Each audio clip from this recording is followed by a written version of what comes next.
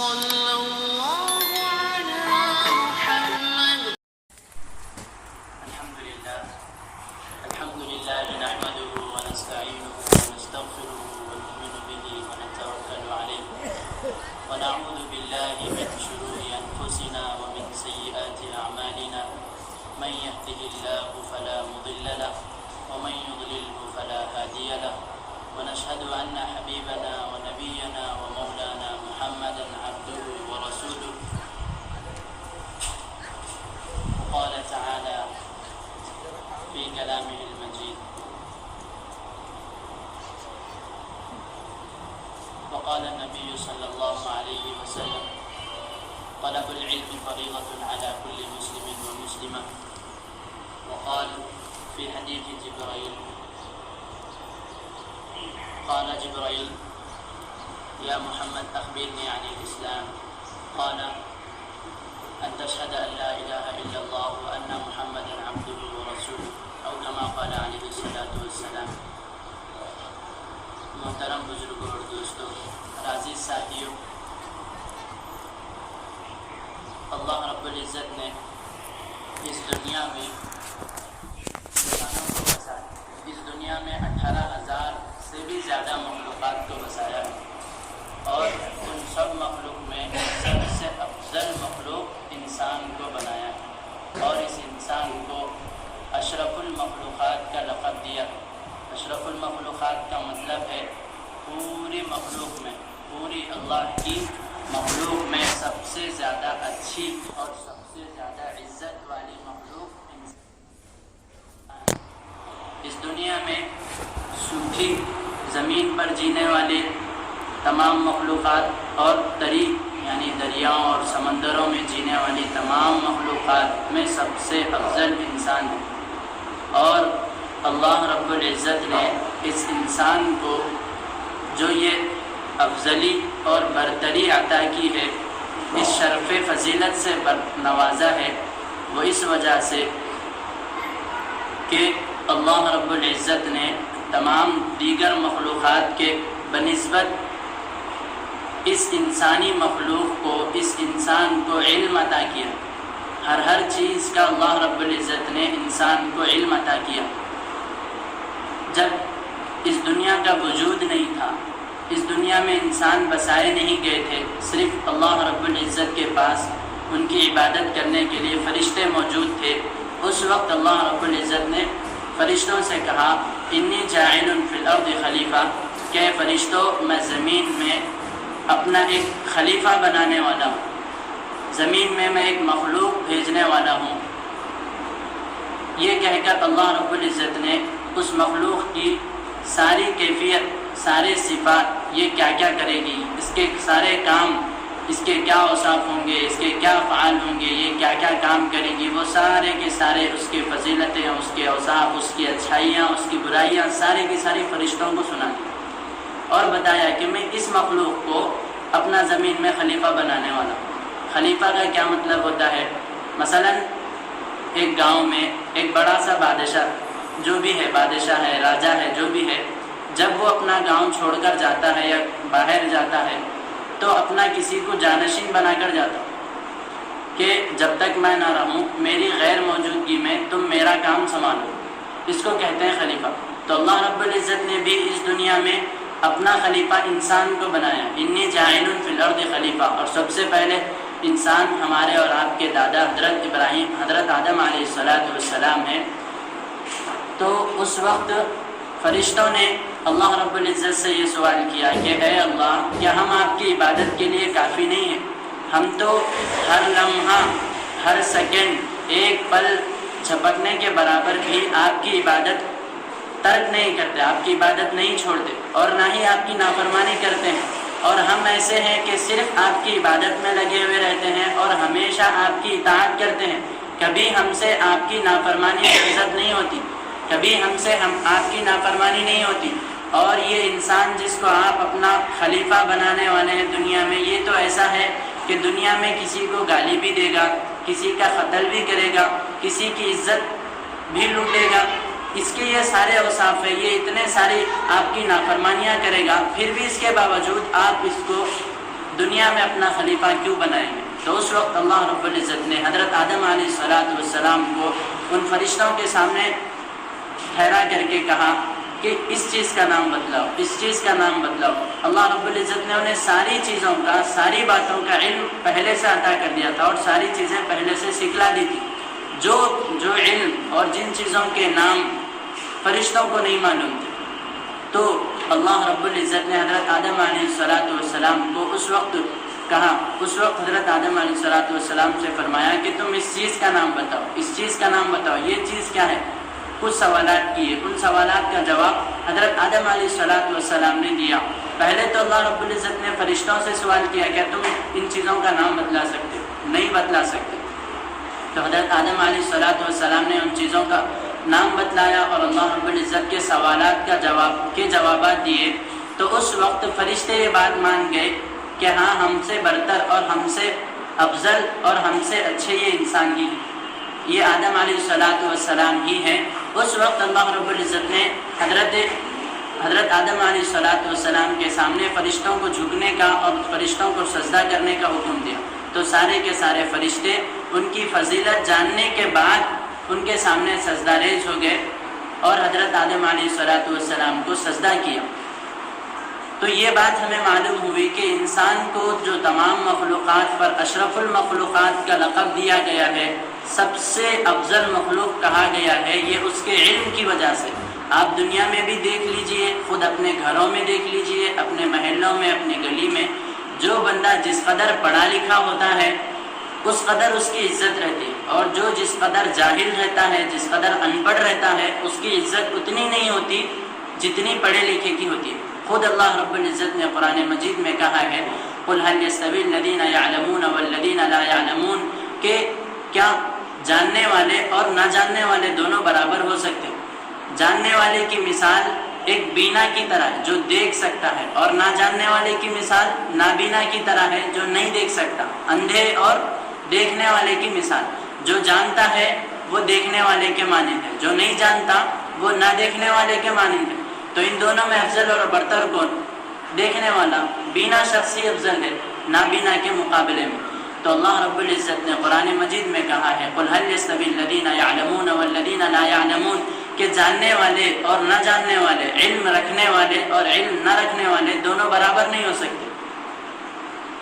لہذا یہ بات معلوم ہوئی کہ علم والا بندہ ہی دنیا میں سب سے افضل ہے، اس کی دنیا میں عزت ہے۔ اب علم کون سا ہونا چاہیے؟ چاہے آپ دنیاوی علم حاصل کرو، چاہے دینی علم حاصل کرو۔ اگر آپ دنیاوی علم حاصل کریں گے تو اس کا آپ کو نفع دنیا کے حد تک رہے گا، دنیا میں آپ کی عزت رہے گی، دنیا میں آپ کے لیے عیش و عشرت کے سامان مہیا ہو سکتے ہیں، دنیا میں آپ اپنے علم سے بہت کچھ کما سکتے ہیں، دنیا میں ہی آپ کو دنیاوی تعلیم آپ کو دنیا کے حد تک فضیلت اور برتری عطا کر سکتی ہے۔ لیکن اس کے بالمقابل اگر آپ دینی علم سیکھیں گے تو اس کا فائدہ یہ ہے کہ آپ کو دنیا میں تو اللہ رب العزت عزت عطا کریں گے ہی کریں گے، ساری مخلوق پر آپ کو اللہ رب العزت عزت عطا کریں گے، خود اپنی عزت والی چادر آپ کو عطا کریں گے۔ اس کے ساتھ ساتھ اللہ رب العزت آخرت میں بھی آپ کو کامیاب اور کامران فرمائیں گے۔ جو بندہ اللہ رب العزت کا دین سیکھتا ہے، اللہ رب العزت کے احکام سیکھتا ہے، وہ بندہ دنیا اور آخرت کی تمام بھلائیاں اپنے حق میں سمیٹ لیتا ہے، اس لیے کہ اللہ رب العزت نے انسان کو جو دنیا میں بھیجا ہے اس کا اہم مقصد اللہ رب العزت نے قرآن میں وہ بھی بتلا دیا کہ ہم نے جنات اور انسان یہ دونوں مخلوق کو اپنی عبادت کے لیے پیدا کیا۔ وما خلقت الجن والانس الا ليعبدون، کہ ہم نے انسان اور جنات کو پیدا نہیں کیا ہے مگر ہماری ہی عبادت کے لیے۔ صرف اور صرف ان انسانوں اور ان جنات، یہ دو مخلوقات کا کام دنیا میں جو ہم نے بھیجا ہے یہی ہے کہ یہ بس دنیا میں رہتے ہوئے مجھے پہچانے اور میری عبادت کریں۔ جس طرح آپ دیکھتے ہیں کہ دنیا کے جتنے سیکولرزم ہیں، جتنے قومیں ہیں، جتنے مذہب ہیں، سب اپنے اپنے معبود کو مانتے ہیں، اپنے اپنے معبود کی، اپنے اپنے بتوں کی، اپنے اپنے بھگوانوں کی پرستش کرتے ہیں، ان کی عبادت کرتے ہیں، ان کو پوجتے ہیں۔ اسی طرح ہم تو یہ بات قابل طور پر اور کامل طور پر جانتے ہیں کہ سارے کے سارے انسان اور ساری کی ساری مخلوق کا رب اللہ ہے اور معبود صرف اور صرف اللہ ہے. ہمارا کلمہ اور ہمارے اسلام کی پہلی چیز ہی کلمہ جو ہے وہ یہی ہے کہ ہم اس بات کا اعتقاد کرتے ہیں, اس بات کا یقین کرتے ہیں کہ اللہ رب العزت کے علاوہ کوئی عبادت کے لائق اس دنیا میں نہیں ہے, کیونکہ اللہ رب العزت ہی ہر چیز کے پیدا کرنے والے ہیں, اور جو جس چیز کا پیدا کرنے والا ہوتا ہے وہ اس چیز کا بڑا, اس چیز کا رب ہوتا ہے, اس چیز کا معبود ہوتا ہے. تو ہم سب کے پیدا کرنے والے اور ساری مخلوقات کے پیدا کرنے والے ہمارے رب ہیں. تو ہمارے رب کی عبادت کرنا یہ ہماری ذمہ داری ہے, یہ ہمارا فرض ہے, یہ ہمارا فریضہ ہے اس دنیا میں آنے کے بعد. اب ہمارے رب کی عبادت کس طرح کرنی ہے, ہمارے رب کی عبادت کیا ہے, ہمارے رب ہم سے کیا چاہتے ہیں, ہم پر ان کے کیا حقوق ہیں, اس چیز کو جاننا ہمارے اوپر فرض ہے. اللہ کے نبی علیہ الصلوۃ والسلام نے فرمایا طلب العلم فریضۃ علی کل مسلم و مسلمہ, کم از کم ہر مسلمان مرد و عورت پر, بالغ مرد و عورت پر اتنا دین کا علم سیکھنا, اتنے احکامات کا جاننا ضروری ہے جس سے ہم حلال اور حرام کی تمیز کر سکیں کہ ہمارے لیے یہ کام حلال ہے, ہمارے لیے یہ کام حرام ہے, یہ کام ہمارے لیے جائز ہے, یہ کام ہمارے لیے ناجائز ہے, یہ کام ہمارے لیے فرض کا درجہ رکھتے ہیں, یہ نہ کرنے پر ہماری پکڑ ہوگی, یہ کرنے پر ہمیں ثواب ملے گا, یہ کام ہمارے لیے واجب ہے اور یہ کام ہمارے لیے نفل ہے. کم از کم اتنا تو علم. نماز ہم پر فرض ہے, روزہ ہم پر فرض ہے, زکوٰۃ ہم پر فرض ہے, حج ہم پر فرض ہے, ایمان اللہ پر رکھنا یہ ہم پر فرض ہے, یہ ساری چیزیں ہم پر فرض ہیں. تو ان چیزوں کو کس طرح سے ادا کیا جا سکتا ہے, ان کے کیا احکامات ہیں, ان کے کیا مسائل ہیں, کم از کم اتنا تو علم رکھنا, اتنا تو دین کا علم سیکھنا ہر مرد اور ہر عورت پر سیکھنا یہ فرض ہے. اللہ کے نبی علیہ الصلوۃ والسلام نے فرمایا طلب العلم فریضۃ علی کل مسلم و مسلمہ, کہ ہر مسلمان مرد و عورت پر دین کا علم سیکھنا فرض ہے. ایک مرتبہ حضرت جبرائیل علیہ الصلوۃ والسلام انسانی شکل میں آپ علیہ الصلوۃ والسلام کے سامنے آئے. حضرت عمر رضی اللہ عنہ سے یہ حدیث مروی ہے. حضرت عمر فرماتے ہیں کہ حضرت جبرائیل علیہ الصلوۃ والسلام ایک دن ہم آپ علیہ الصلوۃ والسلام کے پاس بیٹھے ہوئے تھے. ایک انتہائی سفید کپڑوں میں انتہائی کالے بالوں والا ایک شخص ہمارے سامنے حاضر ہوا اور آپ علیہ الصلوۃ والسلام کے گھٹنوں سے گھٹنے لگا کر سامنے بیٹھ گئے. یعنی اس کا مطلب یہ ہے کہ جیسے ایک استاذ کے سامنے, ایک ٹیچر کے سامنے ایک اسٹوڈنٹ اور ایک شاگرد بیٹھتا ہے, اس حیثیت سے, اس طریقے سے حضرت جبرائیل علیہ الصلوۃ والسلام آقا علیہ الصلوۃ والسلام کے سامنے بیٹھے. گویا کہ حضرت جبرائیل علیہ الصلوۃ والسلام شاگرد ہیں, اسٹوڈنٹ ہیں, اور آقا رسول اللہ صلی اللہ علیہ وسلم استاذ ہیں, ٹیچر ہیں. اس حیثیت سے بیٹھے اور چند سوالات آپ علیہ الصلوۃ والسلام سے کیے کہ اے اللہ کے نبی, اے محمد صلی اللہ علیہ وسلم, آپ مجھے اسلام کے بارے میں بتلائیے کہ اسلام کیا ہے. آپ علیہ الصلوۃ والسلام نے فرمایا الاسلام ان تشهد ان لا الہ الا اللہ وان محمد رسول اللہ, کہ اسلام یہ ہے کہ تم اس بات کی گواہی دو کہ اللہ کے سوا کوئی معبود نہیں ہے, اور اس بات کی گواہی دو کہ محمد صلی اللہ علیہ وسلم اللہ کے رسول ہیں اور اللہ کے آخری نبی ہیں. اس بات کی گواہی دینا. گواہی دینے کا مطلب کیا ہوتا ہے؟ آدمی کسی بات کی گواہی کب دیتا ہے؟ جب اس بات کو دیکھا ہوتا ہے, اس بات کا یقین کیا ہوتا ہے, تو اس کے بعد ہی آدمی کسی چیز کے بارے میں یہ کہہ سکتا ہے کہ یہ چیز واقعی ایسی ہے. مثلا کسی بندے نے دیکھا کہ فلانے شخص کے کھیت میں اس سال اتنی تور ہوئی, دیکھنے کے بعد ہی وہ کسی کے سامنے اس بات کی گواہی دے سکتا ہے, اس بات کی خبر دے سکتا ہے کہ اس کی اتنی تور اس سال ہوئی. اس کو گواہی کہتے ہیں. تو یہ بات ہمارے دل سے اسی وقت نکل سکتی ہے, اس طرح کی گواہی, جب اس کا ہمارے دل میں یقین ہو. تو اللہ کے نبی علیہ الصلوۃ والسلام نے فرمایا اللہ کے ہمارے معبود ہونے کا, یعنی اللہ کے ایک معبود ہونے کا یقین, اس بات کی گواہی دو, اور محمد صلی اللہ علیہ وسلم اللہ کے رسول ہیں, اس بات کی گواہی دو. اس کے بعد حضرت جبرائیل علیہ الصلوۃ والسلام نے اللہ کے رسول علیہ الصلوۃ والسلام سے ایک اور سوال کیا مجھے ایمان کے بارے میں بتلاؤ کہ ایمان کیا ہے۔ اللہ کے نبی علیہ الصلوۃ والسلام نے فرمایا ان تؤمن باللہ وملائکتہ وکتبہ ورسلہ والیوم الآخر والقدر خیرہ وشرہ من اللہ تعالی، کہ تم اللہ پر ایمان لاؤ اور روز آخرت پر ایمان لاؤ، یعنی کہ بعض بعد الموت پر ایمان لاؤ، مرنا ہے اس کے بعد دوبارہ اٹھائے جانے والے ہیں، کل قیامت کے دن اللہ رب العزت کے سامنے ہمیں کھڑا ہونا ہے اور اپنی ساری زندگی کا حساب و کتاب وہاں پر ہمارا ہونے والا ہے۔ اس بات پر یقین رکھو، اس بات کو یقین جانو اور اللہ رب العزت پر یقین رکھو، یہ ساری باتیں، اور اس کے فرشتوں کے ہونے پر یقین رکھو، اچھی بری تقدیر جو بھی ہمارے ساتھ اعمال پیش آتے ہیں، حالات پیش آتے ہیں، کبھی اچھے حالات آتے ہیں، کبھی برے حالات آتے ہیں، یہ سارے اچھے برے حالات کا اللہ رب العزت کی جانب سے ہونے کا یقین رکھو کہ ہر چیز جو بھی ہوتی ہے وہ اللہ رب العزت کی جانب سے ہی ہوتی ہے۔ اب یہ الگ بات ہے کہ کبھی کبھار ہمارے ساتھ اچھے حالات پیش آتے ہیں، کبھی کبھار ہمارے ساتھ برے حالات پیش آتے ہیں۔ اللہ رب العزت نے قرآن مجید میں فرمایا ہے کہ جو کچھ بھی تم کرتے ہو وہ تمہارے ہی اعمال کا نتیجہ ہوتا ہے۔ لہا ما کسبت ولکم ما کسبتم، کہ جو تم کرتے ہو وہی تمہارے اعمال کا نتیجہ ہوتا ہے۔ مثلا کوئی کسان اپنے کھیت میں تور پیرتا ہے، تور بوتا ہے، تو کیا اس کے لیے چنا اگے گا؟ ایسا تو نہیں ہو سکتا۔ جو بندہ جو بوئے گا اس کے لیے وہی اگے گا، وہی پائے گا۔ اگر کوئی بندہ آم کی گٹھلی لگائے گا تو اس درخت سے آم ہی پیدا ہوں گے، انار نہیں پیدا ہو سکتے۔ تو اسی طرح جو بندہ نیک کام کرے گا دنیا میں آ کر، اللہ رب العزت کی اطاعت کرے گا، نبی علیہ الصلوۃ والسلام کے بتلائے ہوئے طریقوں پر چلے گا، اپنی زندگی کو اس طریقے پر، اس نہج پر چلائے گا، گزارے گا، تو بندہ کل قیامت کے دن اس راستے پر چل کر جو اس کی منزل آنے والی ہے وہی منزل تک پہنچے گا۔ اگر بندہ سیدھے راستے پر چلے گا، اللہ کی اطاعت پر چلے گا، آپ علیہ الصلوۃ والسلام کے بتلائے ہوئے طریقے پر چلے گا، تو یہ راستہ جنت کی طرف جاتا ہے۔ تو کل قیامت کے دن جب وہ اٹھے گا، اللہ رب العزت کے سامنے آئے گا، تو وہ اپنے سامنے جنت کو پائے گا۔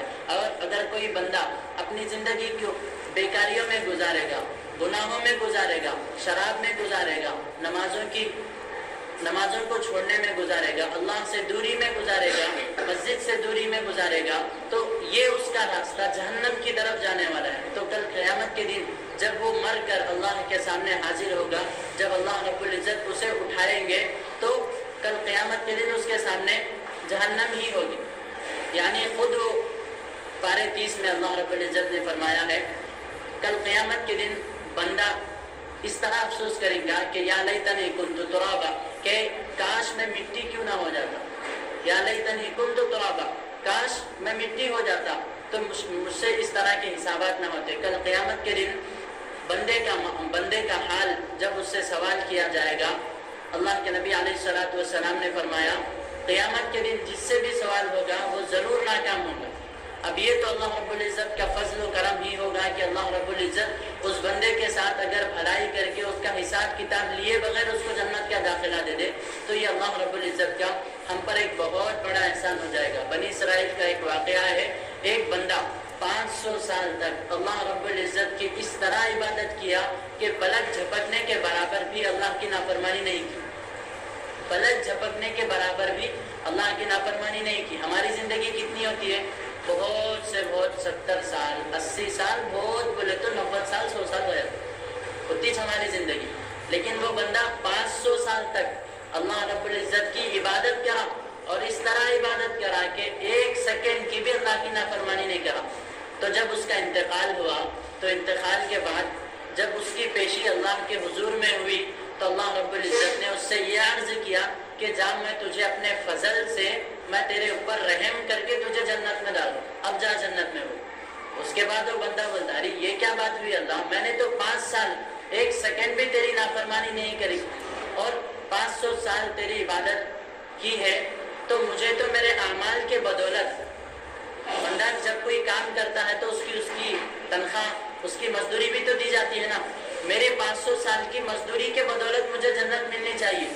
وہ بندہ اس طرح سے اللہ رب العزت سے سوال کرنے لگا تو اس وقت اللہ رب العزت نے حضرت جبرائیل علیہ السلام سے عرض کیا کہ اس کو ایک مرتبہ صرف جہنم کی سیر کرا کے لو، دور سے دکھا کے لو، خالی بس جہنم میں ڈالو نہ کو، جہنم کے قریب نہ کو لے کے جاؤ، خالی ایک سیر کرا کے لو بس۔ تو حضرت جبرائیل علیہ السلام اس کو جہنم کے کوسوں دور سے صرف ایک سیر کرائے تو وہ اس جہنم کی آگ سے، اس کی شدت سے اتنا تڑپ اٹھا کہ پانی پانی بول کے ترسنے لگا، تڑپنے لگا، بلبلانے لگا۔ ایک فرشتہ وہاں سے ایک مشکیزے میں ایک گلاس پانی لے کے جا رہا تھا اور یہ کہہ رہا تھا کہ ایک گلاس پانی 500 سال کی عبادت کے عوض، 500 سال عبادت دو، اس کا ثواب دو، اس کی نیکیاں دو، اور یہ گلاس پانی دو۔ اب وہ بندہ مجبور، لاچار، بے چار، بھوک اور پیاس کے مارے، شدت کے مارے تڑپ رہا ہے، اور کہا ٹھیک ہے بھائی میرے 500 سال کی عبادت لے لے اور مجھے ایک گلاس پانی دے۔ وہ ایک گلاس پانی پیا، اس کے بعد حضرت جبرائیل علیہ السلام اس بندے کو لے کر اللہ کے سامنے حاضر ہوئے تو اللہ رب العزت نے کہا اب بتا کس بدولت، کس مزدوری کے بدولت تو جنت میں جانا چاہے گا؟ 500 سال کی عبادت تیری کہاں باقی رہی؟ تو اس وقت تو بندہ روتے ہوئے اللہ کے سامنے سجدے میں گر پڑا اور کہنے لگا کہ اے اللہ اگر میں جنت میں جاؤں گا تو تیرے ہی فضل سے جا سکوں گا بس۔ تو ہماری یہ جو 60 اور 70 سال کی زندگی ہے یہ بہت مختصر سی زندگی ہے، اس میں ہماری زندگی کے اکثر لمحات ہم خود غور و فکر کر لیں کہ کتنی بیکار اور کتنی ضائع زندگی ہماری جا رہی ہے۔ اللہ رب العزت نے جب آپ علیہ السلام معراج پر گئے تھے تو اس وقت آپ علیہ السلام کی اس امت پر 50 نمازیں پڑھ چکی تھی۔ کتنی؟ 50 وقت۔ اور آج ہم کتنی نمازیں پڑھتے ہیں؟ 5 وقت کی نمازیں پڑھتے، لیکن اس کو بھی صحیح سے پڑھنے کی توفیق ہمیں نہیں ملتی، اس کو بھی صحیح سے پڑھنے کی توفیق ہمیں نہیں ہو رہی ہے۔ تو اگر 50 نمازیں ہم پر واجب ہو جاتی، فرض ہو جاتی، تو کیا ہمارا حال ہو سکتا؟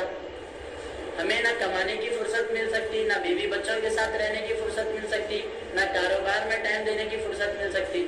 لیکن اللہ رب العزت کا یہ ہم پر کرم ہے کہ تم ایک نماز پڑھو، میں تمہیں 5 نمازوں کا، 10 نمازوں کا ثواب دے دوں۔